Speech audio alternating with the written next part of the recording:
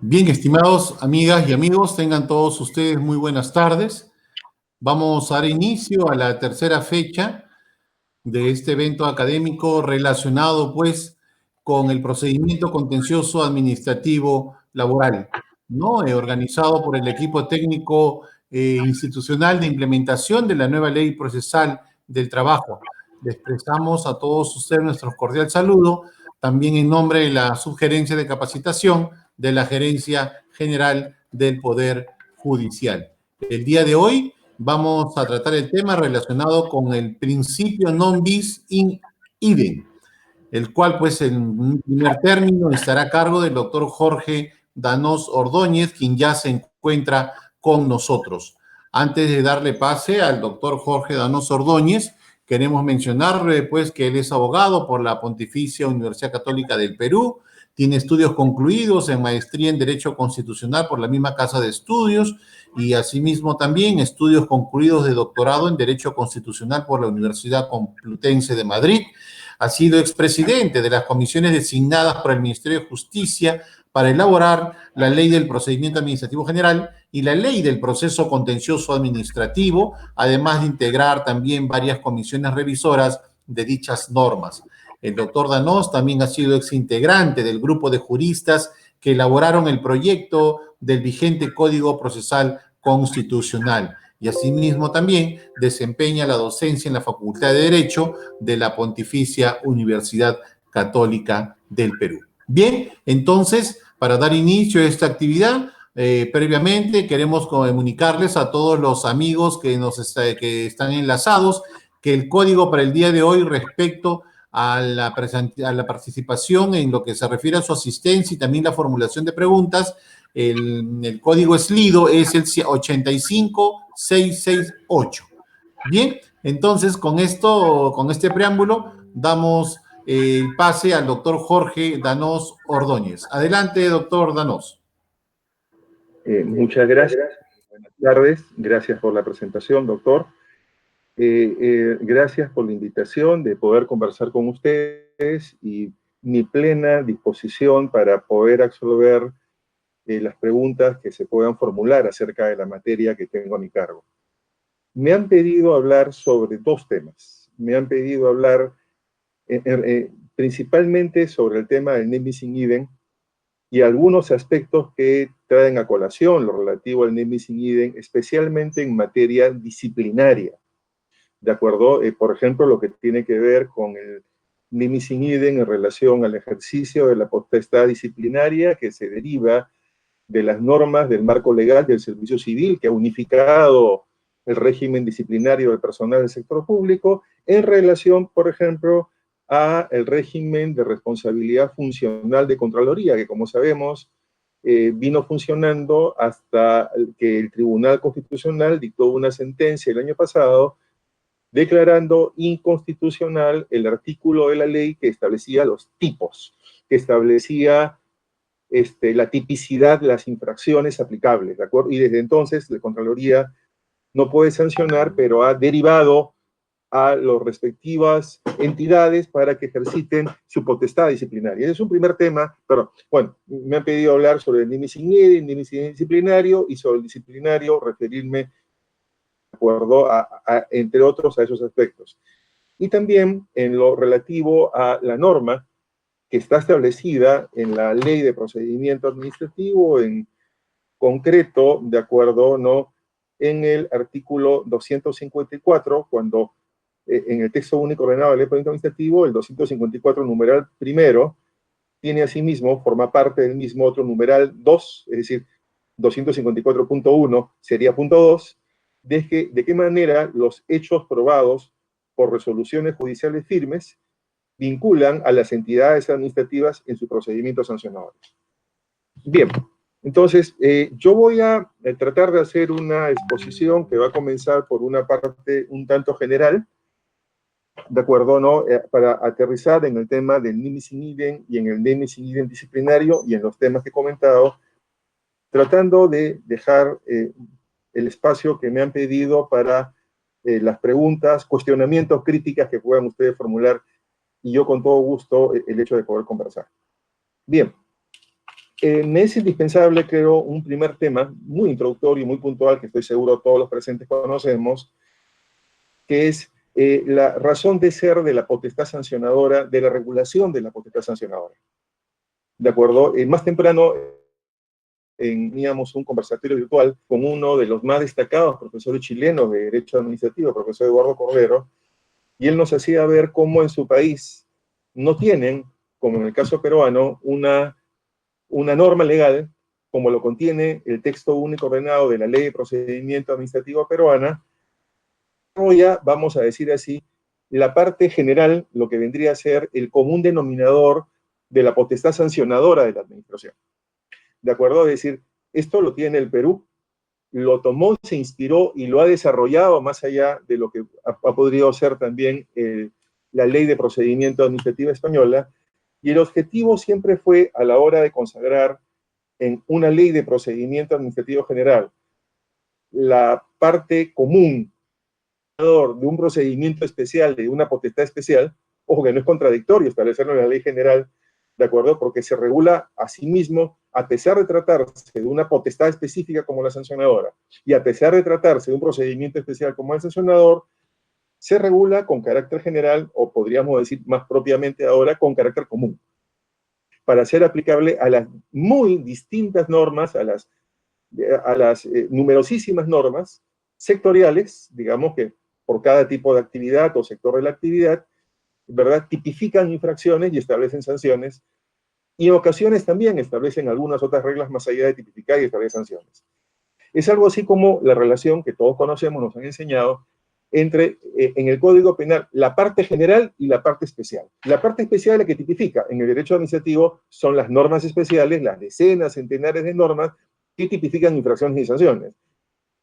Y la parte general tiende a ser la que está en la Ley de Procedimiento Administrativo General, en el capítulo correspondiente al procedimiento sancionador, y que también regula la potestad sancionadora de la administración pública. Entonces, en el Perú tenemos, ¿de acuerdo, no?, ese conjunto de normas que a su vez, desde la reforma operada por mandato del Decreto Legislativo 1017, en diciembre del 2016, al artículo segundo en Romanos, título preliminar, tiene carácter común.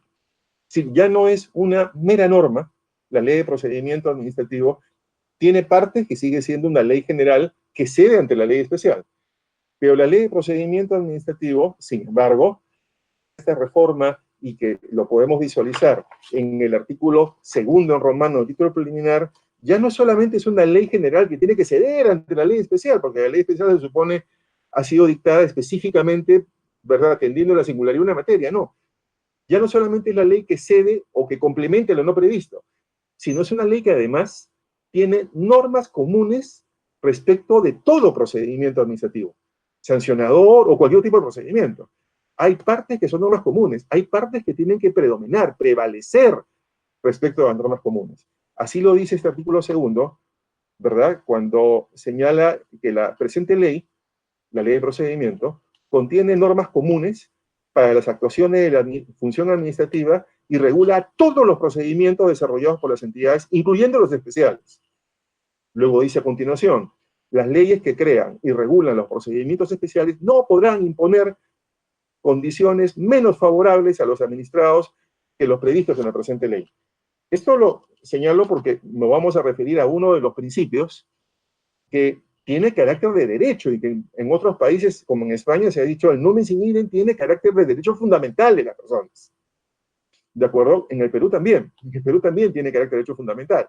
Entonces, nos vamos a referir a uno de estos principios que está consagrado precisamente en la Ley de Procedimiento Administrativo, con carácter general, y que forma parte de estas normas comunes, como en general todo el capítulo relativo al procedimiento sancionador, o si queremos verlo así, para ser más precisos, lo relativo a principios, a la prescripción, a las reglas de procedimiento, se entiende que son parte de esas normas comunes, que las normas especiales no pueden separarse. ¿De acuerdo? Algo más. En el mismo capítulo del procedimiento sancionador de la Ley de Procedimiento Administrativo, en el artículo 242, si bien se dice ahí que las normas que se contienen en este capítulo son supletorias frente a especiales, esa es una norma anterior a esta reforma que modificó el artículo 2, también dice que esas normas especiales deben observar necesariamente los principios de la potestad sancionadora administrativa a que se refiere este artículo 248, en el cual está el principio de nemis in idem, ¿verdad?, que me corresponde exponer, y dice, así como la estructura y garantías previstas en el procedimiento sancionado. Por tanto, hay normas en la ley de procedimiento administrativo que nos van a indicar, de acuerdo, que las garantías, los principios que el Tribunal Constitucional ha señalado en diversa jurisprudencia, tiene un fundamento, una base, un pedigrí constitucional, estos tienen que aplicarse aún, ¿verdad?, en lo que respecta a normas especiales sancionadoras. Un detalle más, en muchos países ha correspondido más bien a la jurisprudencia contenciosa administrativa, más bien, ¿verdad?, plantear las pautas. Es decir, no se trata de una jurisprudencia que simplemente mira de la ley para abajo, no. Que ha tomado en cuenta los preceptos constitucionales, los avances y la interpretación de los preceptos constitucionales y los tratados de derechos humanos, ¿verdad?, sobre la materia, es decir, la Convención Americana de Derechos Humanos y la jurisprudencia, además, también de las Cortes Internacionales de Derechos Humanos. Normalmente ha sido la jurisprudencia la que ha marcado la pauta y posteriormente ha sido la ley la que ha recogido y consagrado con carácter general los avances jurisprudenciales. En el Perú, principalmente, lo que ha sucedido es que ha sido la ley la que ha venido marcando los avances, las regulaciones que permiten armonizar el ejercicio de esta importantísima potestad, de acuerdo, sancionadora, ¿sí?, para que la administración cumpla con tutelar los intereses de la colectividad, pero a la par establecer un conjunto de garantías que permitan que la administración, ¿verdad?, ejercite eficazmente este tipo de potestades en armonía con los derechos constitucionales de las personas. Esa ha sido la lógica, ha sido la legislación. Corresponde, creo yo también, en este evento llamar la atención que la jurisprudencia también tiene un rol muy importante a efecto de poder cumplir. Entrando al tema del nemis in idem. El nemis in idem es una figura, ¿de acuerdo?, que lo que busca prohibir que se castigue varias veces un mismo comportamiento. Esto es, si se trata, es decir, esto es, lo que busca es que se repita la sanción a una misma conducta. Que no hayan dos sanciones, ya sea penal y administrativa, o dos sanciones administrativas a una misma conducta respecto del mismo sujeto. Este es en principio, de acuerdo, la lógica, es decir, sancionar dos veces por el mismo hecho, aunque hayan normas que, de alguna manera, normas punitivas que tipifiquen varias veces la misma vulneración al ordenamiento jurídico.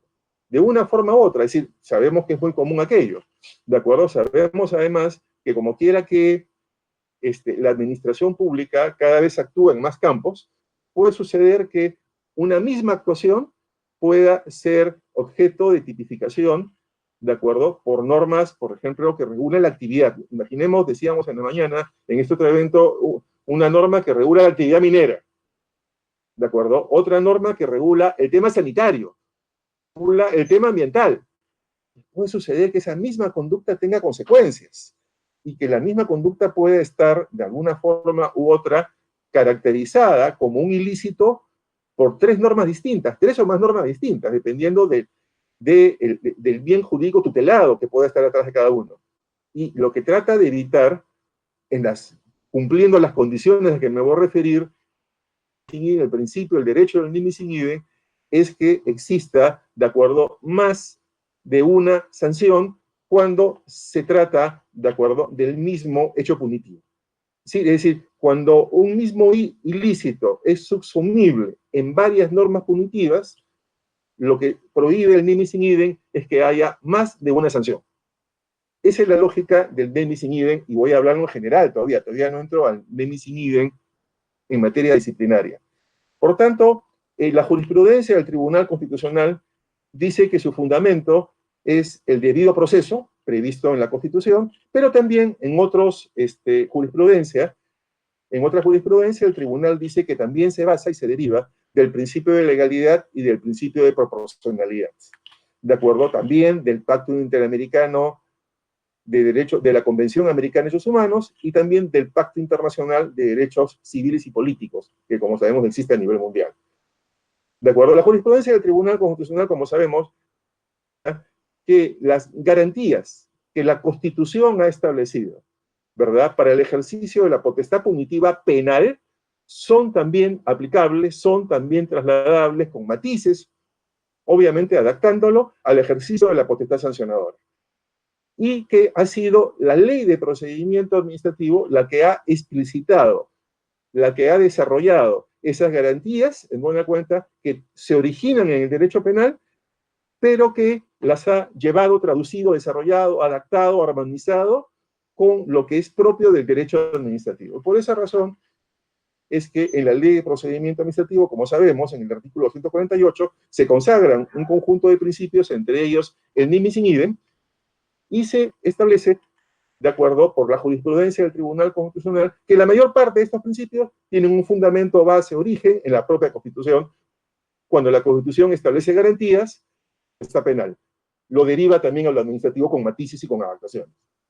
¿De acuerdo? Pues bien, tiene fundamento constitucional. ¿Sí?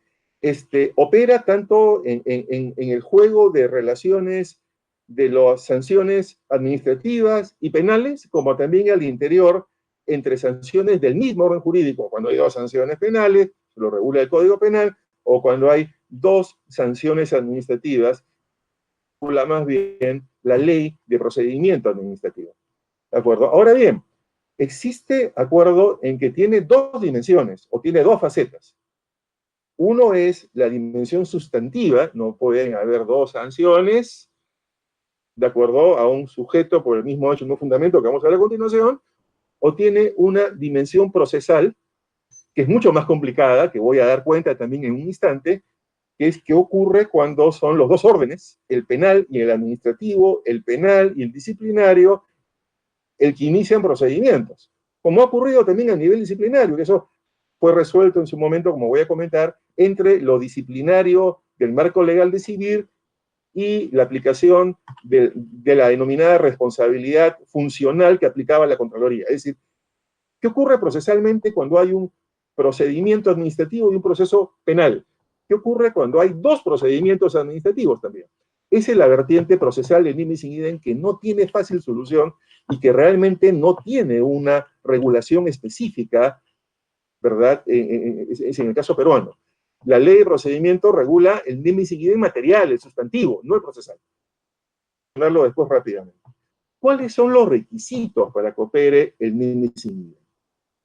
¿De acuerdo? ¿Cuáles son los requisitos para que opere? Todos sabemos. Tiene que haber triple identidad. Identidad subjetiva, identidad objetiva, identidad causal.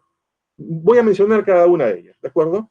¿Qué implica para que pueda operar el nimis in idem como garantía? Pues hemos visto como derecho, pues, que lo que busca es tutelar el debido proceso, el principio de legalidad, la proporcionalidad, de acuerdo, etcétera, etcétera, ¿no? Que está desarrollado en la jurisprudencia y luego voy a comentar alguna.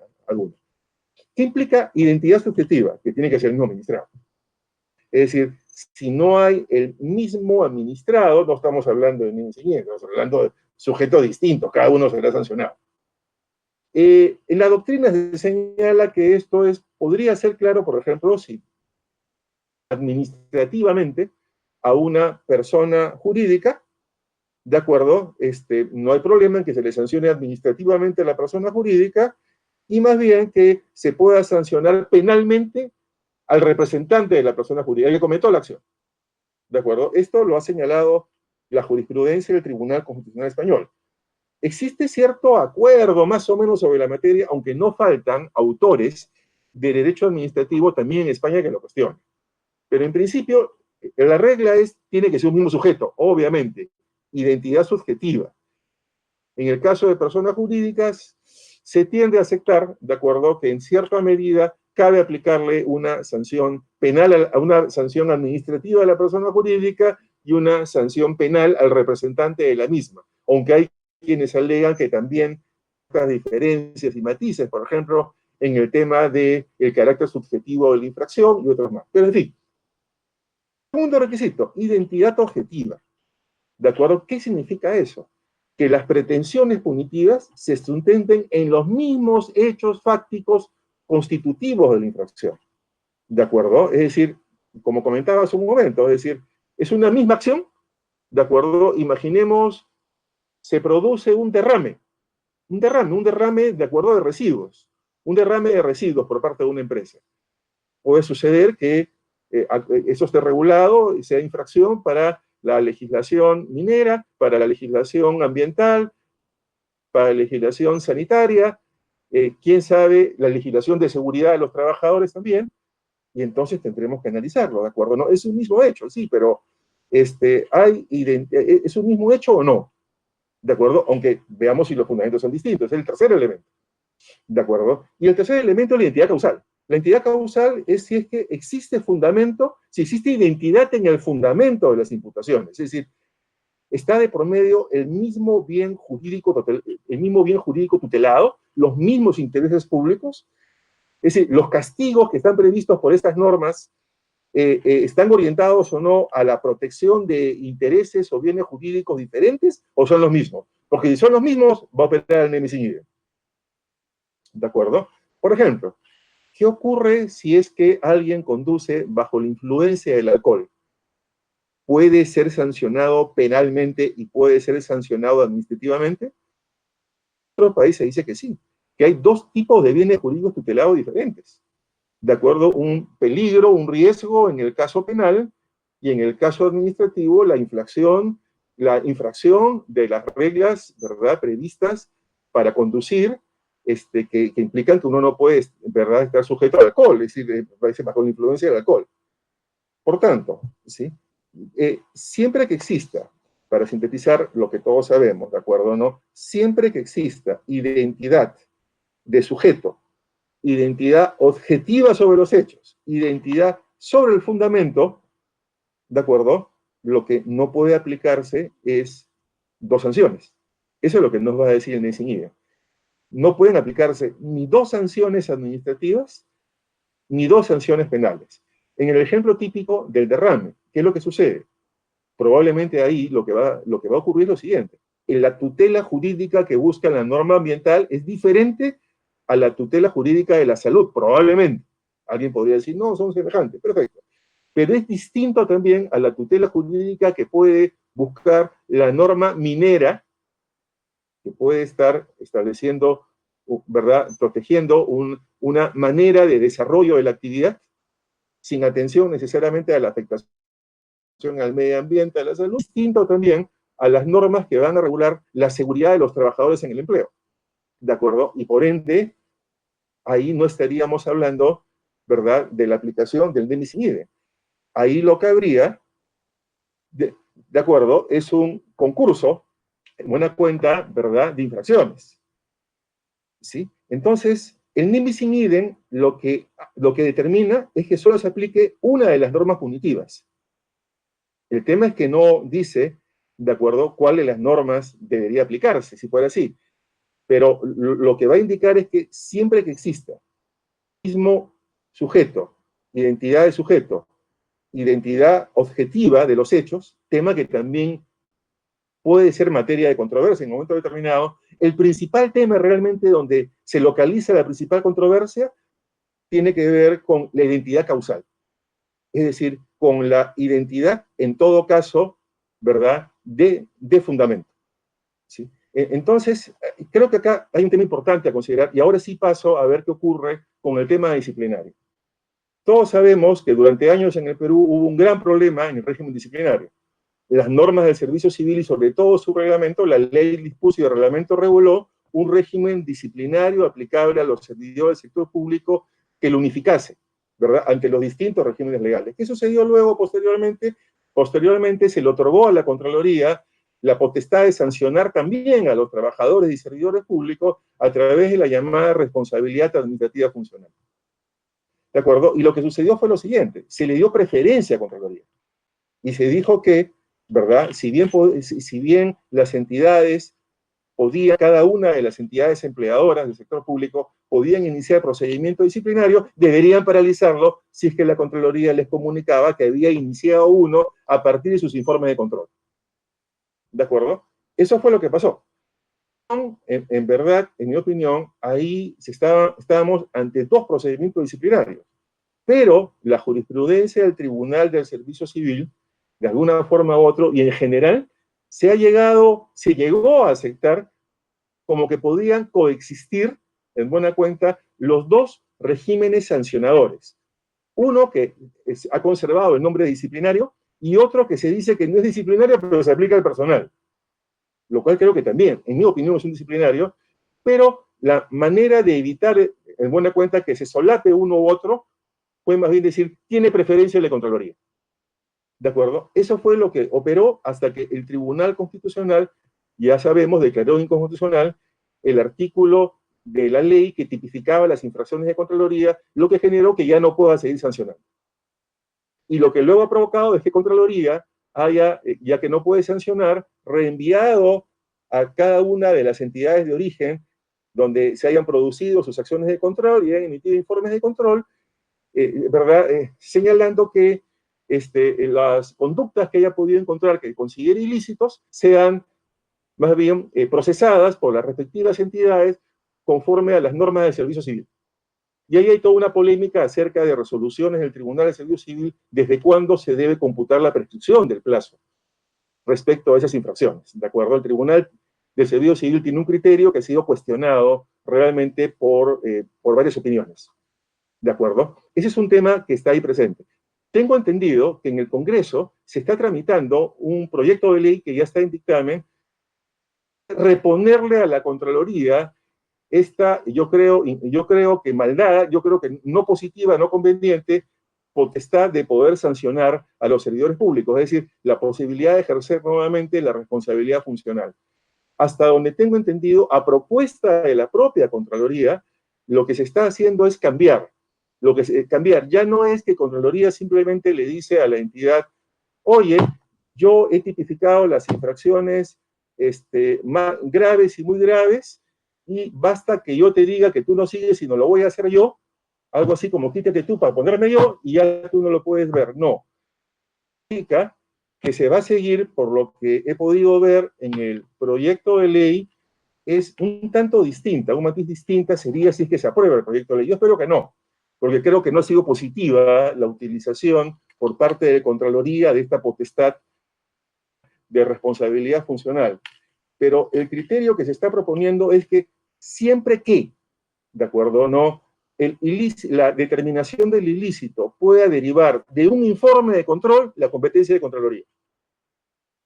Algo así. Si Contraloría fue la que, a través de su órgano de control interno o las auditorías externas, ¿verdad?, que hayan podido llegar a una entidad, fue más bien la que determinó que se hubiera cometido alguna irregularidad, le corresponde únicamente a esta entidad y ya no a la entidad de origen, en buena cuenta, tramitar el procedimiento de responsabilidad funcional a los trabajadores de los servidores públicos. Solo si es que, vamos a decir así, no se deriva de un informe de control de la OSI o de auditoría externa, será competencia de la respectiva entidad. ¿De acuerdo? Es hasta donde tengo entendido la manera como tratan de solucionarlo, lo cual creo que no está exento, sin embargo, de controversias y de dificultades. ¿De acuerdo? Para ir terminando, para dejar espacio a las preguntas, dos aspectos adicionales, ¿de acuerdo? ¿Qué ocurre con el Naming in Idem procesal? ¿Existen normas en el Perú sobre el tema? Realmente no. Existen normas, es decir, ¿qué tiene que hacer? Tiene que ceder en buena cuenta, ¿verdad? Ojo, en el Naming in Idem procesal es porque al mismo sujeto, un mismo hecho, ¿de acuerdo? ¿No? Hay un procedimiento administrativo y un proceso penal en curso. ¿De acuerdo? Y probablemente se está debatiendo si el fundamento es el mismo o no, pero en todo caso están en cuestión los hechos por determinar. ¿Hay alguna regla al respecto? Realmente no. La jurisprudencia del Tribunal Constitucional lo contempla. Yo tengo acá en mis manos la sentencia del caso Carlos Israel Ramos Polque, sentencia recaída en el expediente 2050-2002-AA-TC, repito, 2050-2002-TC, del 16 de abril de 2003, por Orlando, ¿de acuerdo? En la cual el tribunal se refiere al principio de nimis in idem precisamente en un tema disciplinario y señala que tiene una formulación material, señala el fundamento del nimis in idem al cual hicimos referencia, ¿de acuerdo? Pero dice que también tiene una vertiente procesal y dice que nadie puede ser juzgado dos veces por los mismos hechos, ¿de acuerdo? Pero luego cita al Tribunal Constitucional donde se señala que hay una interdicción de la duplicidad de sanciones respecto a los mismos hechos, pero en general no hay una regla aplicable, ¿de acuerdo? No es un tema fácil, nuestra legislación no ha tomado partido y tengo entendido que en otros países ni la jurisprudencia ni la legislación tampoco. En el caso español, en todo caso, Orlando me podrá desmentir, se tiende a afirmar la primacía del proceso penal, de acuerdo, sobre el administrativo, pero no es un tema pacífico.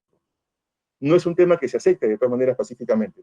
En el caso peruano, lo cierto es que no hay una norma tampoco clara al respecto entre lo penal, me parece que no lo hay entre lo penal y lo administrativo. Y el último tema que me habían pedido tratar era el que está consagrado, ¿de acuerdo? Mencionaba yo en el artículo que regula el artículo 254, cuando señala, ¿de acuerdo?, ¿no?, que en el ejercicio de la potestad sancionadora, durante la tramitación del procedimiento sancionador, debe considerar que los hechos probados por resoluciones judiciales firmes vinculan a las entidades en sus procedimientos sancionadores. ¿De acuerdo? En otros ordenamientos, como en el español, dice procedimientos probados, creo, por órdenes judiciales en lo penal firmes. Acá decimos en general. ¿Y cuál es la idea? La idea es que si es que en sede judicial, ¿de acuerdo? En sede judicial se ha discutido acerca de si ha cometido o no alguna infracción penal, o yo diría incluso administrativa, tal y como está regulada, ¿de acuerdo o no? Y se considera que está probado, aquello vincula a la administración. Pero ojo, los hechos probados, ¿de acuerdo? Ya aquello sí vincula a la administración, no lo vincula al revés, los hechos no probados. ¿De acuerdo? Llamo la atención finalmente por un artículo que es el 254, numeral 2, que es una incorporación nueva, ¿de acuerdo? Donde señala lo siguiente, que cuando la administración, corresponde a la administración revisar, dice, de oficio, las resoluciones administrativas fundadas en hechos contradictorios con los probados en resoluciones judiciales con calidad de cosa juzgada.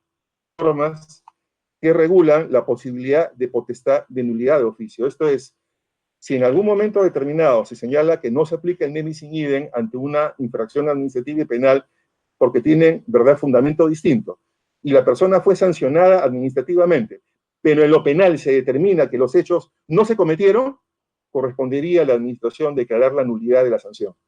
Porque, de acuerdo o no, lo que señala es que no puede la decisión administrativa, el acto administrativo, fundarse en hechos contradictorios con los probados en sede judicial. Creo que esta es una garantía nueva que también vale la pena poder considerar. Bien, no me quiero extender más y quedo a disposición de las preguntas que puedan formular. Muchas gracias. Bien, doctor, muchas gracias. Realmente bastante importante el punto que usted ha tratado. Queremos hacerle un par de preguntas. Justo aquí nos han hecho llegar, una de ellas nos dice, las sanciones impuestas por servir protegen bienes jurídicos distintos de las sanciones de carácter funcional dadas por la Contraloría. Yo opino que no. Opino que son los mismos bienes jurídicos tutelados. Sin embargo, tengo que llamar la atención por lo siguiente, ¿de acuerdo? Cuando este tema se discutió primigeniamente, ya hace unos 5 años por lo menos, ante el Tribunal del Servicio Civil, ¿de acuerdo? Y también ante el Tribunal de Contraloría, yo lo que recuerdo fue que el Tribunal de Contraloría, tratando de defender en buena cuenta su potestad, tratando de defender, obviamente, ¿de acuerdo o no?, ese régimen que se había creado, que tenían fundamento diferente, ¿de acuerdo, no? Que el régimen de responsabilidad funcional protege entre ellos la buena administración, por ejemplo, ¿de acuerdo, no? Y tenían un fundamento diferente. Ojo, todo apuesta porque además en la regulación no puede haber duplicidad de ambos, ¿de acuerdo? Yo, sin embargo, soy enfático en tener que darle mi opinión, que yo creo que ambas son manifestaciones de potestad disciplinaria de la administración y ambas tienen el mismo fundamento. Ya recordé que además lo que alegaba también el Tribunal de Contraloría en esa resolución del año de hace unos 5 años, vamos a decir, la buena administración como un fundamento distinto, alegaban que mientras que lo disciplinario lo aplica el empleador directo del funcionario servidor público, de acuerdo o no, la responsabilidad funcional no lo aplicaba el empleador directo y por tanto no lo consideraban disciplinario. Negaban en buena cuenta la identidad entre ambos tipos de sanciones. Espero con eso haberle contestado. Sí, doctor. Finalmente, queremos preguntarle lo siguiente. Dice, si una persona es sancionada administrativamente y penalmente por los mismos hechos, ¿se podría compensarse la sanción administrativa con la sanción penal? A ver, estamos hablando en el supuesto, ¿verdad?, que hubieran fundamento distinto.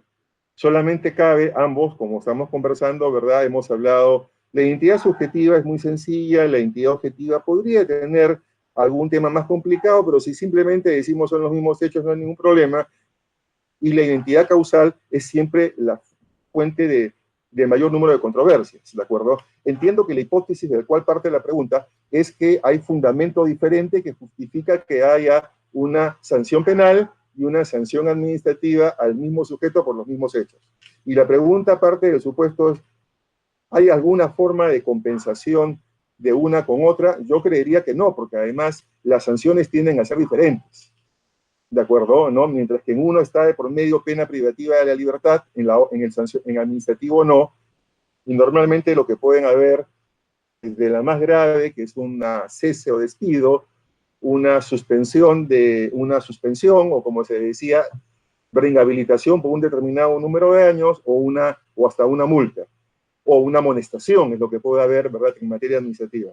En algún momento he leído alguna jurisprudencia no nacional acerca de qué sucede cuando, imaginemos, la norma penal establece algún grado de inhabilitación, alguna extensión de inhabilitación, ¿de acuerdo? ¿No? O algún impedimento. ¿Podría también aquello compensarse porque la norma sancionadora administrativa lo contempla? Que, insisto, se busca tutelar intereses y bienes jurídicos diferentes, ¿de acuerdo? Y si mi respuesta es que difícilmente podría hacerse. Bien. Bien, doctor. Un último tema, perdón, me había olvidado. Sí recuerdo Dígame.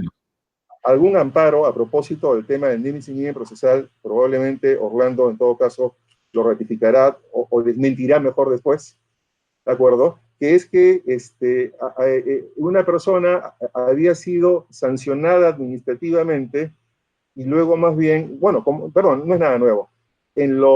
En vía penal había sido absuelto. Y se me estoy refiriendo al tema de los hechos. Y consiguió por vía amparo que declaren, que protejan su derecho y dejen sin efecto la sanción. ¿De acuerdo? Es decir, la administración no quiso aceptar, ¿de acuerdo?, que si no fue sancionado en lo penal porque no se habían probado los hechos, debería haber quedado sin efecto la sanción, que es lo que está regulando hoy día el 254.2, precisamente. Ahora sí se le admite a la administración expresamente que pueda declarar nulidad física. En ese caso que leí alguna vez, me acuerdo de un amparo, hace unos 15 años, por eso me había olvidado, que recurrí al amparo para decirle, oiga, juez de amparo, le he pedido a la administración que deje sin efecto la sanción, porque me sancionó por un hecho que luego, cuando fui procesado penalmente, los jueces dijeron que no estaba aprobado ese hecho. ¿De acuerdo? En fin, nada más como dato quería, porque me había olvidado, y eso es el que fundamenta el 254.2 vigente del texto único ordenado de la Ley de Procedimiento Administrativo. Muchas gracias. Muy bien, doctor Danós, sinceramente un agradecimiento especial para usted también. En realidad ha sido bastante claro y preciso en esta primera parte con este tema tan importante que es. Gracias, doctor, nuevamente en nombre del equipo técnico de implementación de la nueva Ley Procesal de Trabajo y también de la Subgerencia de Capacitación del Poder Judicial. Gracias, doctor Danós, por su participación. Muchas gracias por la invitación, muchas gracias a los asistentes y me despido de mi querido colega el doctor Orlando Vignolo. Hasta luego, muy buenas tardes, buenas noches. Gracias, doctor, nuevamente. Cuídese, doctor, ya nos vemos. Gracias, Bien, gracias. amigos. Buenas tardes. Bien, amigos, como ya lo dijo el doctor Danos, está con nosotros también ya el doctor Orlando Vignolo Cueva, quien él va a tratar también de compartir con nosotros su apreciación respecto a este tercer tema sobre el principio non bis in idem. Bien, doctor, antes de continuar con él, vamos entonces a decir del doctor Orlando Vignolo Cueva, que es abogado por la Universidad de Piura, es doctor en Derecho Administrativo por la Universidad de Zaragoza. También es vocal de la sala especializada en eliminación de barreras burocráticas del Tribunal de Indecopi y también es docente, pues, de la Facultad de Derecho de la Universidad de Piura. Entonces, con estas referencias vamos a continuar con el tema y le damos el pase al doctor Orlando Vignolo. Adelante, doctor. Muchas gracias. Buenas tardes a los señores magistrados y al personal auxiliar de la Jurisdicción Contencioso Laboral y Laboral de la Corte de Lima. Muchas gracias también por permitirme compartir con mi buen amigo Jorge Danos, ¿no? Había tiempo sin verlo y eso es un doble agradecimiento. Voy a presentar una exposición que la voy a dividir en tres grandes bloques, ¿no? Porque creo yo que hay que mostrar algunas figuras de antecedentes que me parecen importantes para entender la problemática sobre el non bis in idem, que se conecta necesariamente con el ya casi consolidado, inexpugnable principio de independencia de responsabilidades, ¿no? Que ha sido establecido desde la Judicatura Penal, recogido en la Corte Suprema, y que claramente se ha impuesto en nuestro país a través de legislación, ¿no? Habría que ver hasta dónde puede llegar este principio. Claramente las problemáticas que hay sobre funcionarios, porque hay un tema sobre la noción de funcionarios que me parece también relevante. Ahí hay ciertos temas de sujetos activos que pueden entrar. Luego, encofrar bien el problema, ¿no? Hay que darle una delimitación, porque esto implica necesariamente el análisis entre tipo infractor versus tipo penal, ¿no? Y esa revisión, ese cotejo entre ambas conductas infractoras y penales puede llevar a algunas sorpresas, ¿no? En este cotejo claramente hay una norma que pasa desapercibida del Código Procesal Penal que habla de la supremacía del control judicial y evidentemente de la postura judicial que entra en juego como parte de la ecuación, es una fuente legislativa importante. Y luego terminaré dando mi postura, ¿no? Se basa básicamente en el principio de eficacia punitiva, que claramente va a tratar de resolver ciertos problemas de non bis in idem entre vida disciplinaria y vida judicial penal, ¿no? Que me parece relevante. Igual, el asunto de la disciplina está claramente ligado a los problemas que en la actualidad tenemos y que no han sido resueltos por el Tribunal Constitucional respecto a la doble posibilidad que existe en Perú de que personas se vean sometidas a disciplinario de servicio civil o de carrera especial con el régimen de responsabilidad administrativa funcional.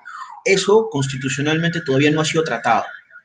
La sentencia del año pasado del Tribunal Constitucional sobre la tipificación se quedó básicamente en la legalidad material, pero no abordó, a pesar que se lo pidió el actor, el demandante, el tema del non bis in idem, ¿no?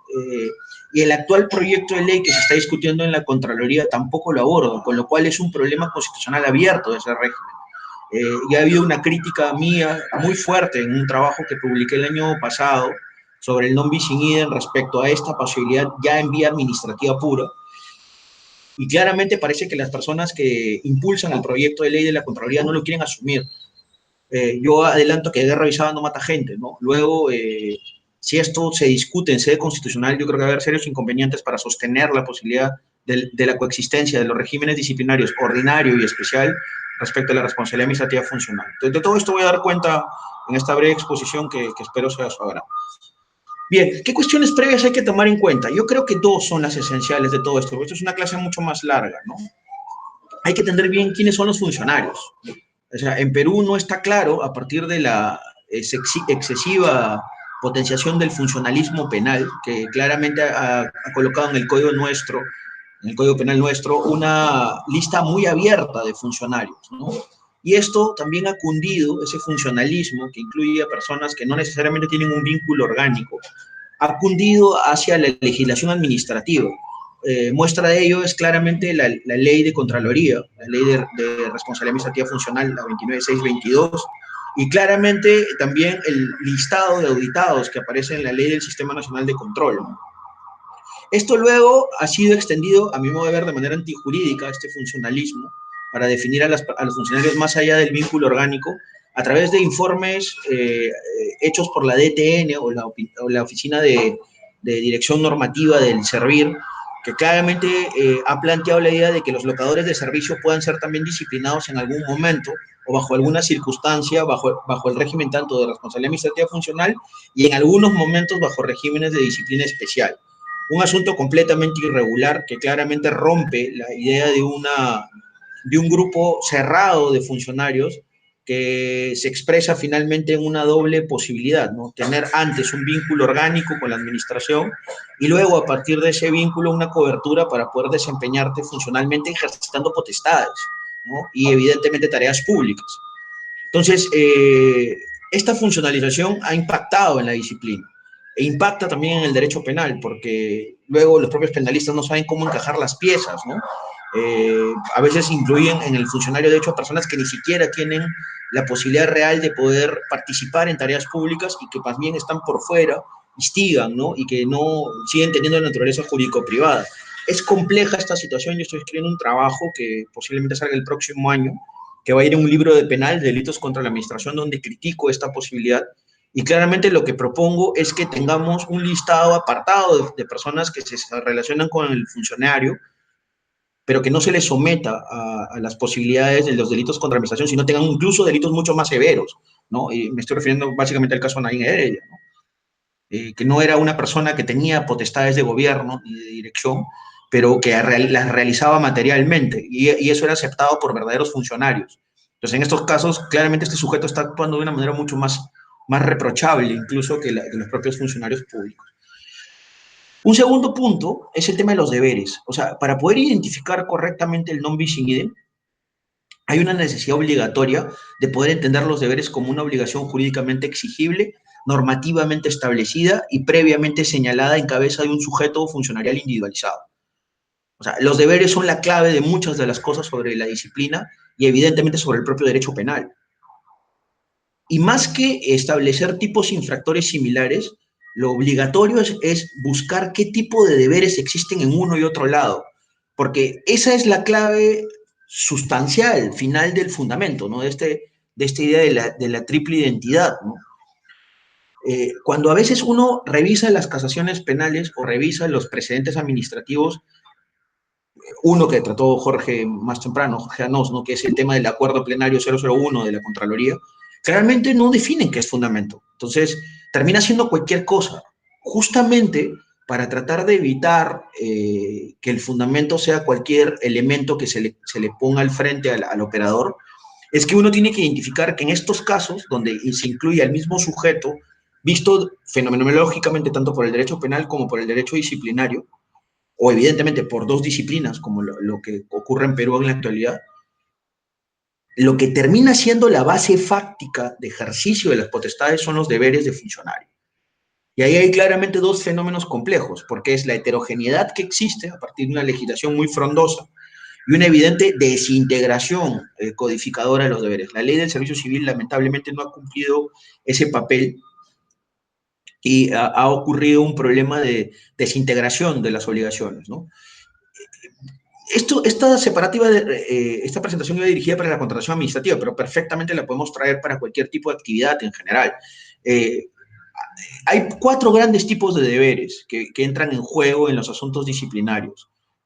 En primer término, los deberes éticos, ¿no? Que también se pueden revisar por temas penales.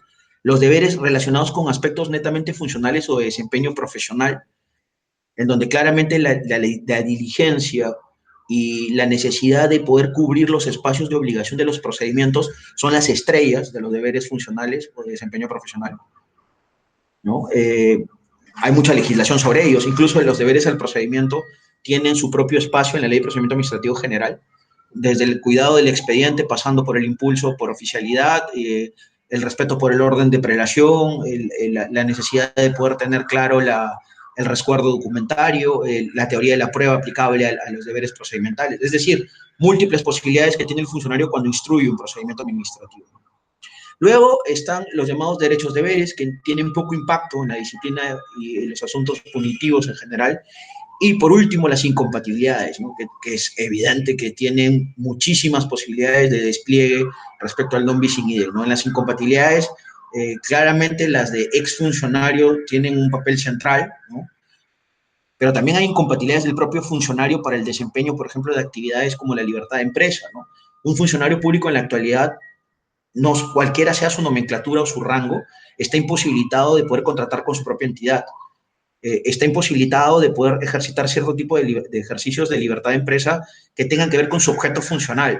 Está impedido de realizar doble trabajo público, salvo excepciones. O sea, hay una serie de consideraciones que entrarían en juego respecto a la disciplina y el derecho penal. Entonces, tomen en cuenta esto, porque cuando uno ya empieza a discriminar los deberes, se da cuenta, oye, es verdad, hay cosas que solamente las puede ver la disciplina, y hay otras que claramente dentro de ese conjunto de deberes podrían ser compartidos con el derecho penal. ¿Cuáles serían los espacios donde podrían estar compartidos los deberes? Yo creo que en el primero, en la diligencia profesional y la obediencia debida. En ese espacio de deberes, tanto el derecho penal como el disciplinario sí tienen manifestaciones, ¿no? Manifestaciones punitivas. Pero en cambio en los deberes procedimentales no. En los asuntos relacionados con ciertas incompatibilidades sectoriales tampoco. Y es más, se sanciona desde puniciones sectoriales como el régimen de contrataciones del Estado, ¿no? Entonces, hay que buscar justo esos espacios para poder entender que el problema es mucho más pequeño de lo que parece.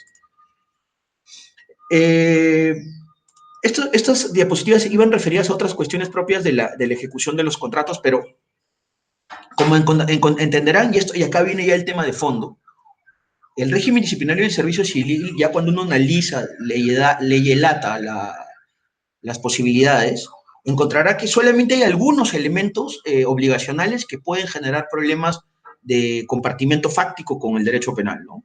Y ahí he seleccionado algunas 4 importantes, ¿no? Uso de la función con fines de lucro, no observar el deber de confidencialidad, eso claramente si afecta secretos, datos privilegiados puede llevar a derecho penal, por diversos tipos de delitos contra la administración, influir o actuar sobre servidores para obtener beneficio propio o beneficio para terceros, claramente eso está relacionado con asuntos de delitos contra la administración también, y la negligencia, dada sus múltiples variantes, la negligencia funcional, omisiva o activa, también tiene reflejos penales, ¿no? Podría ser procesado incluso por asuntos que pueden llevar a la omisión de deberes puro, como la propia disfuncionalidad efectiva, que termine, por ejemplo, en un asunto de deterioro o daños que también son procesados por el derecho penal. Y esto mismo se ha repetido en este proyecto de ley que les recomiendo su lectura, porque está ahora bajo tramitación parlamentaria, ¿no? El proyecto de ley 5283-2020, que ha sido presentado recientemente por la Contraloría, donde hay 33 conductas disciplinables. De todas ellas, solo 4 o 5 podrían entrar en problemas con el Código Penal, igual que en el régimen del servicio civil, ¿no? En el régimen del servicio civil. Entonces, estaríamos hablando de un conjunto de 4 a 8 deberes que se relacionan con 4 o 5 conductas del disciplinario, del régimen de responsabilidad administrativa funcional y con 6 o 7 conductas aproximadamente infractoras que están reconocidas en el Código Penal. Este proyecto en la actualidad ya cuenta con respaldo de una comisión parlamentaria, parece que llega pronto a pleno. Es probable que el próximo semestre esté ya bajo discusión del pleno y como vemos, y como se está dando los plenos virtuales, me parece que lo van a aprobar muy rápido. Tiene muy serios inconvenientes, de esto dimos cuenta la semana pasada en el Congreso de Derecho Disciplinario, que nos reunió a varios profesores de Latinoamérica para poder dialogar sobre las disciplinas, y por lo menos hemos encontrado unos 25 errores muy fuertes del proyecto, incluyendo temas propios de las conductas que ya no tienen que ver con non bis in idem, pero sí tienen que ver con taxatividad, asuntos de tipificación, legalidad material en general, y evidentemente falta de precisión en la protección de los bienes jurídicos que se tienen que establecer. Porque, ojo, los deberes luego llevan a un elemento importante, tanto en penal, en disciplinario del servicio civil, como en la disciplina del régimen de responsabilidad administrativa funcional. Los deberes conectan con bienes jurídicos. Ahí viene el tema de fondo. Y ese es el bien jurídico que hay que revisar. Y claramente en disciplinario hay 3 grandes bienes jurídicos protegidos, ¿no? El desenvolvimiento institucional, el respeto por los derechos constitucionales y legales del administrado y claramente cierto tipo de obligaciones de protección interna que se refieren a la protección específica de funcionarios, a la propia protección de elementos institucionales que tienen que ver con institutos jurídico-administrativos importantes como el procedimiento, o incluso la propia protección del patrimonio público, que claramente tiene una expresión en la ley de Contraloría. Entonces, no son muchos bienes jurídicos protegidos que se conectan con deberes. En disciplinario hay poquitos, y esos poquitos parece y se repiten con las mismas obligaciones que a veces tienen algunas conductas penales que claramente están relacionadas en el capítulo de los delitos contra la administración, pero solamente son algunas, no son todas, ¿no? Y claramente eso implica un cotejo casuístico, ¿no? Hay un tema real de todo esto, el factor de la última ratio, ¿no? El factor de la última ratio y evidentemente de la inhabilitación. Por algo que yo tengo que adelantarles. En el Perú todavía no se habla mucho de esto, pero es necesario que ya lo sepan. El reciente caso Petro contra Colombia, que fue revisado por la Corte Interamericana de Derechos Humanos, ha cerrado el espacio de la inhabilitación en vía administrativa. Acuérdense que nuestro sistema de inhabilitaciones en Perú está basado en 3 manifestaciones reales, que en el fondo son 3 manifestaciones punitivas. La manifestación de la Contraloría y la disciplina del Servicio Civil, por un lado, la manifestación judicial, que se admite como una sanción accesoria, y la manifestación parlamentaria, ¿no? Que claramente impone un castigo y limita la libertad y la vida pública de una persona a partir de las mayorías parlamentarias aprobadas que por infracciones constitucionales que pueden ingresar diversos tipos de cuestiones, puede impedir que una persona pueda ejercitar labores de funcionario y también labores políticas, ¿no? Hasta por un máximo de 10 años. Todo eso en la actualidad, que en Perú nunca se ha discutido, nunca se ha planteado como un elemento complejo, tiene un elemento adicional de complicación a partir de la sentencia Petro versus Colombia. La Corte Interamericana de Derechos Humanos ha declarado, a mi modo de ver, de una manera incorrecta, pero lo ha hecho al fin y al cabo, que la inhabilitación en vía administrativa tiene que tener algunos recortes y tiene que tener un fuerte control. Lo hizo porque claramente en Colombia sí se somete todos estos actos que son producidos por la Procuraduría al control judicial del contencioso, ¿no? Entonces, había todavía temas internos que eliminar, pero eso no ha sido tomado en cuenta al momento de la defensa del Estado colombiano. Y claramente parece que llegaron los argumentos tarde, ¿no? Entonces, la Corte Interamericana no los asumió y planteó la necesidad que la inhabilitación no afecte vida política, ¿no? Entonces, en la actualidad ya no solamente tenemos un componente de conductas infractoras, hay un componente de puniciones también, que eso complejiza aún más la respuesta. Y eso es un dato extra al tema de los deberes que en la actualidad tiene que uno tomar en cuenta para poder responder un caso concreto. Entonces, recapitulando, habrían tipos infractores, deberes como elementos importantes, previa precisión de quién es funcionario realmente, y en tercer lugar, la necesidad de establecer de que hay puniciones que se repiten, no solamente entre sede judicial y sede administrativa. El propio Parlamento tiene reconocido un desprendimiento del jus puniendi, que es la inhabilitación por infracciones constitucionales, que es el mismo castigo de lo que sucede en sede parlamentaria. Voy a volver a compartir. Un segundo, por favor.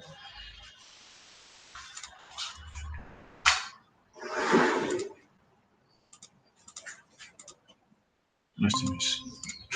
Un segundo, por favor.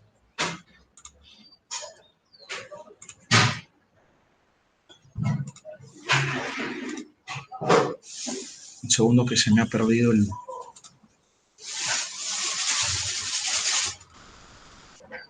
Ahora sí.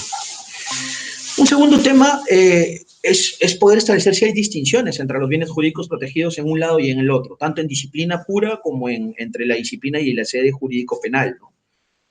Y realmente lo que les he dicho, al menos del desenvolvimiento administrativo o institucional, como lo llaman algunos, y la protección del patrimonio público, son realmente bienes similares, que tienen incluso naturalezas muy cercanas, porque ambos provienen de las posibilidades punitivas comunes que tiene el jus puniendi, ¿no? Y no, acá ya no importa la nomenclatura, importa finalmente la sustancia.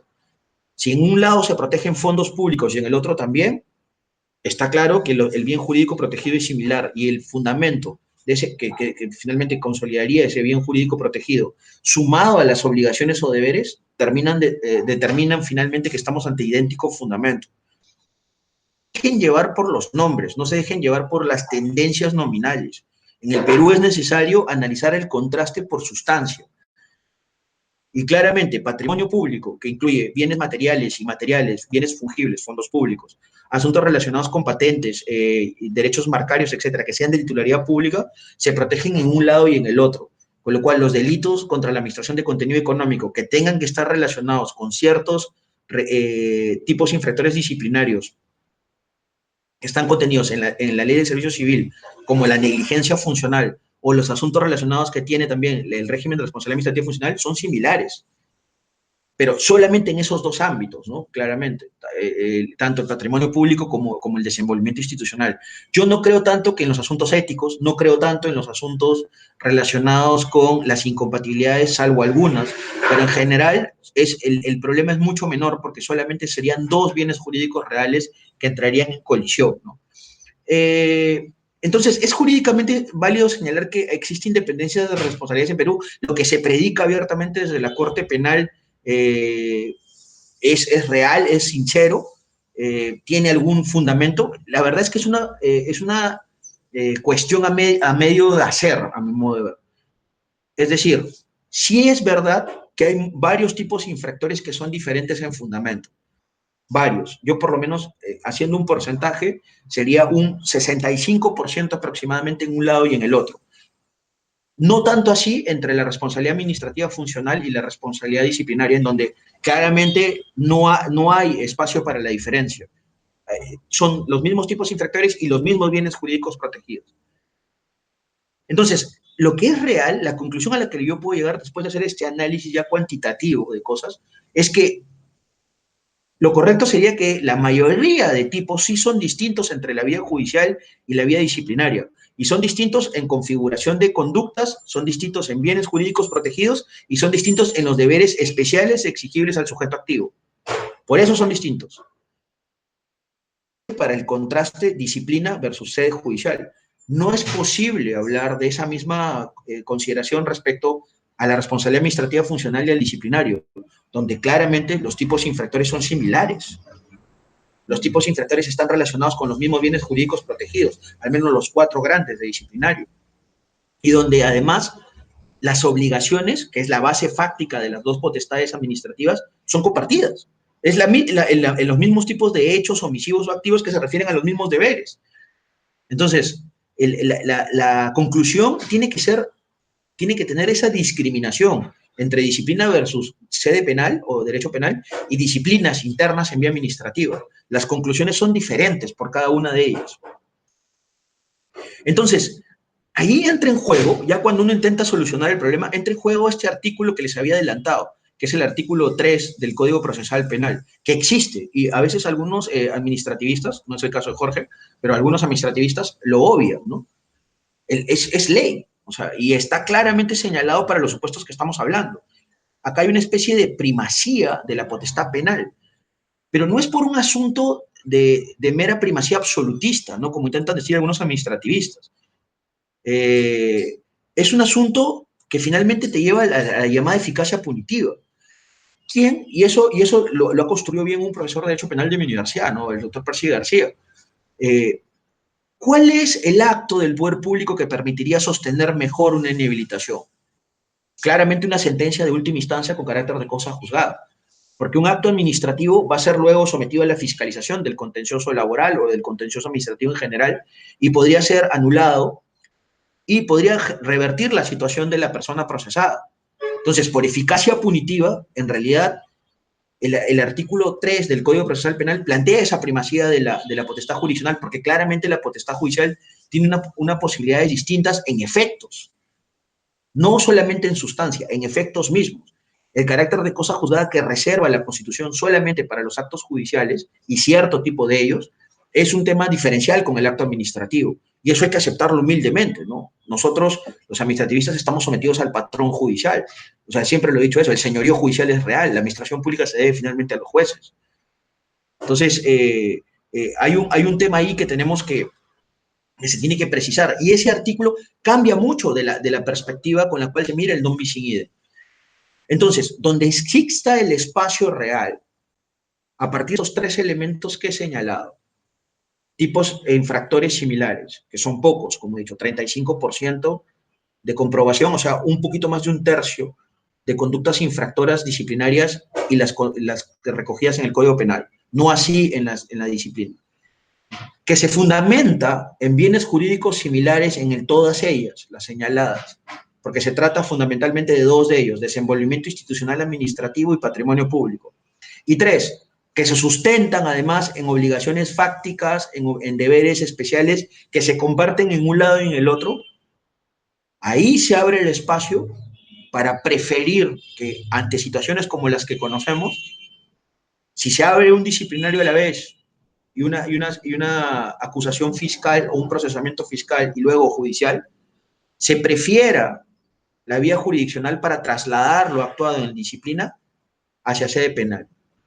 Y además también esta regla determinaría claramente que lo que diga la sede penal impacta en la disciplina, que es lo que Jorge había planteado más temprano sobre la necesidad de las sentencias, del respeto a las sentencias judiciales, que claramente ha sido un avance recogido en la Ley de Procedimiento Administrativo, que proviene justamente de este artículo 3 del Código Procesal Penal. Entonces, todo esto cambia la ecuación y no es por una primacía sin fundamento. Se trata de una primacía judicial fundamentalmente basada en el principio de eficacia punitiva, ¿no? Que es lo que yo les he venido repitiendo desde hace 10 o 12 minutos aproximadamente, que permitiría el sostenimiento de la punición impuesta a partir de que se trate de una sentencia judicial de última instancia y que ha roto con otro tipo de previsiones las posibilidades de la presunción de inocencia. Y con esto voy concluyendo mi intervención. ¿Qué otro tipo de previsiones? Claramente el derecho disciplinario no tiene un órgano imparcial de instrucción. Y ese es un tipo de previsión importante que sí tiene la sede judicial y que asegura aún más la eficacia punitiva. En el derecho del sancionador y el disciplinario como un sancionador de orden especial, la administración pública actúa como juez y parte. Y eso no va a poder cambiarse porque ese es nuestro sistema y así funciona todo el derecho sancionador en el mundo occidental. La administración pública es nemox juris in causa sua, es juez de su propia causa. Entonces, por más que se intente separar con las garantías que habla la ley de procedimiento entre órgano instructor y órgano sancionador en sí mismo, siguen siendo órganos de la propia administración pública que ejercita su potestad. Y es ella la que acusa, ella la que procesa y ella la que sanciona, incluyendo en asuntos de sancionador de orden especial como la disciplina. Entonces, ese diferencial de imparcialidad que sí tiene el Poder Judicial por naturaleza y origen constitucional, hace también acelerar aún más la solución que he planteado de la eficacia punitiva. Con lo cual, ante los problemas que ocurran entre disciplina y penal, siempre, a mi modo de ver, se debe preferir solamente en esos marcos exactos de un tercio de conductas el tema penal. Y no es posible sostener la independencia de responsabilidades que se habla abiertamente por parte de la Corte Suprema Penal. En el resto de conductas no hay problemas, con lo cual se podría procesar de manera paralela. Distinto es el caso, y con esto concluyo, de la disciplina del servicio civil o disciplinas de carrera especial respecto a la responsabilidad administrativa funcional, donde claramente el non bis in idem se había agredido porque el fundamento, tanto por bien jurídico como por deberes que sostienen esos bienes jurídicos, son similares y no hay nada que discutir ahí. Y claramente la Contraloría no ha querido en el proyecto de ley solucionar un problema que ya ha sido tratado en una demanda que terminó en el 2019 con la derogación por inconstitucionalidad de su tipificación. Entonces, no se quiere tratar un problema que algún día va a reventar. Entonces, yo no es que sea brujo, pero algo de derecho he aprendido en mi vida. Entonces, prefiero adelantar los problemas y tratar de proyectar una solución antes que gastemos millones de soles en un régimen que luego se lo trae abajo el Tribunal Constitucional por temas de antijuridicidad máxima, ¿no? Nada más de mi parte y bueno, quedo a la expectativa de cualquier pregunta que ustedes quieran hacer. Muchas gracias. Gracias, doctor Vignolo. Realmente bastante importante esta parte en la cual usted también ha esclarecido un poco más de este tema. Hay unas preguntas que queríamos formularle. A ver, la primera nos dice, los deberes del funcionario deben estar debidamente listados. Debido a la complejidad del Estado peruano, no daría pie a que ciertas conductas infractoras quedarían sin sanción. ya que no todos los actos de los funcionarios pueden ser tipificados. ¿Así es este tema? A ver, o sea, no es tan fácil como eso. Hay ciertos deberes operativos que son complejos y que están en legislación sectorial muy de menor jerarquía, ¿no? Pasa mucho esto en carreras especiales como la policía, la Fuerza Armada, los médicos, el profesorado universitario de básica, los propios funcionarios que se dedican a temas sectoriales complejos como la contratación. Está claro que la negligencia es la figura estelar para incluir todo este tipo de deberes operativos muy especializados y específicos, ¿no? Y lo que te ha dicho el Tribunal Constitucional en 2019 es sí se puede usar por remisión hacia ciertas normas reglamentarias exactas, pero una sola remisión posible para poder completar el tipo infractor de la negligencia u otros tipos infractores incompletos, ¿no? Que claramente aparecen en la ley del servicio civil. Pero lo que se venía haciendo hasta antes del 2019 era un abuso de la remisión. Y ese es el tema de fondo. En realidad no teníamos tipos infractores correctamente establecidos. Y lo que hacían las entidades era básicamente llenar de reglas, de un montón de reglas legales y reglamentarias para poder completar un tipo por caso, no un tipo general. Era el tipo creado al caso concreto de la persona que pretendían imputar y acusar y luego procesar, ¿no? Entonces, eso claramente el tribunal ya lo ha deshecho, ¿no? Y hay que tener cuidado. Yo sí creo que se puede procesar y no es necesario listar todos los deberes operativos, porque ya hay normatividad, no se pueden extraer, pero lo que no se puede hacer es generar una hiperinflación de la remisión, ¿no? Eso sí estaría mal y creo yo que hay que tener cuidado y racionalidad en eso y hay que controlar la remisión indiscriminada, ¿no? Y por último, el hecho de que hayan tantos deberes no significa que no se tenga un núcleo duro de deberes, ¿no? Yo creo que la ley de servicio civil tiene que ser reformada en ese punto, ¿no? Hay una necesidad de poder tener una sección exacta mucho más ensamblada de deberes que puedan ser transversales y sobre ellos construir algunos especiales que puedan ir surgiendo por temas sectoriales o por temas ligados al mundo propio de la operatividad de la administración. Pero claramente, en caso existan estos deberes singulares, yo lo que creo que es exigible desde el lado de un juez es que la entidad administrativa lo haya puesto a disposición de manera antelada a cada persona que ingresa a la función pública. Si no se sabe lo que se va a hacer puesto por puesto o familia de puestos correspondiente de manera antelada, simplemente no se puede exigir. Y eso claramente en Perú no se cumple. Entonces, es necesario que las entidades eduquen en cuanto a los deberes para evitar luego la disciplina punitiva, ¿no? Bien, doctor, realmente sí, el tema.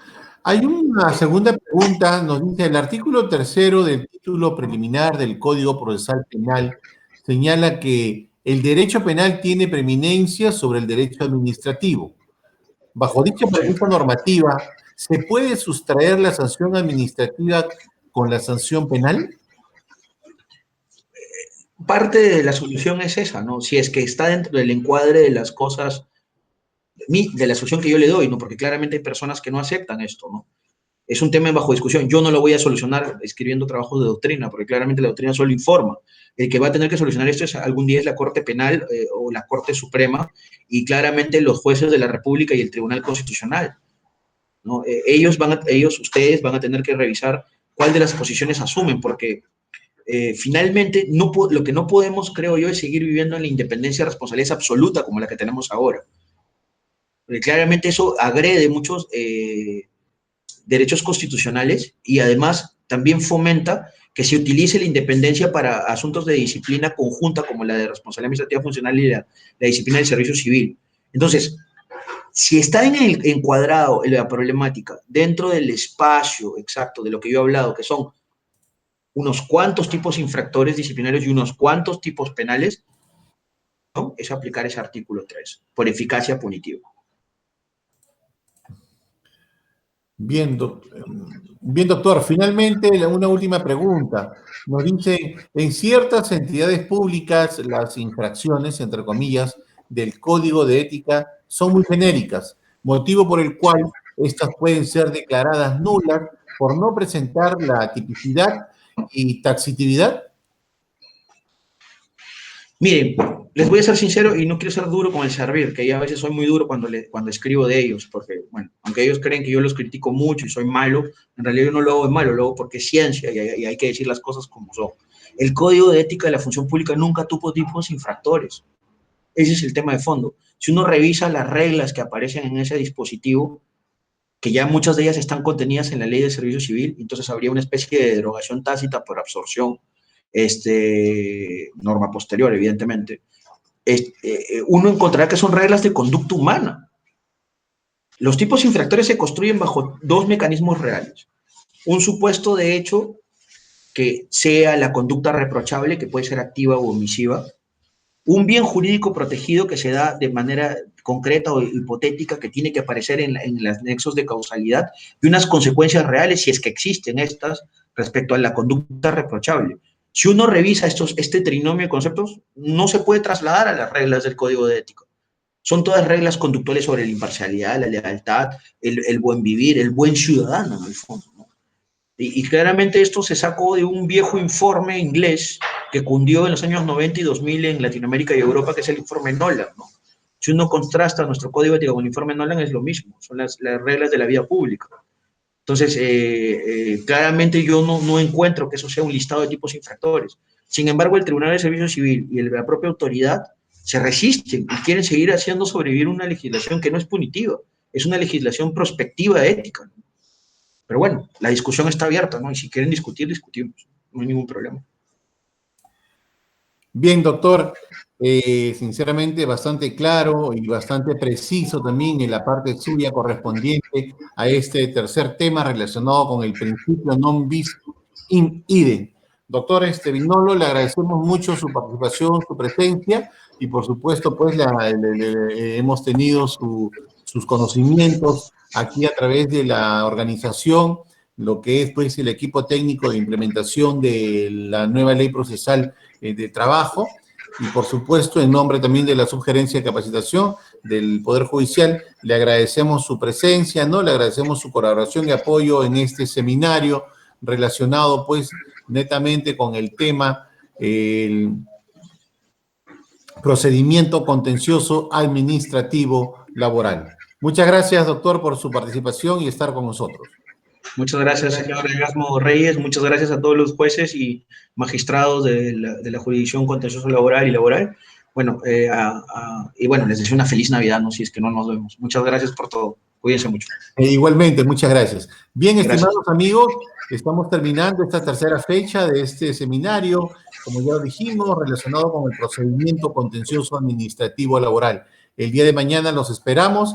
Tenemos una jornada también. Vamos a decirles con las personas que ya están previstas. Mañana jueves tenemos al doctor Carlos Jiménez Silva y por supuesto a la doctora Mónica Pizarro Díaz. Bien, entonces con esto nosotros estamos despidiendo esta fecha y por supuesto agradecemos su participación y presencia. Tengan ustedes muy buenas tardes.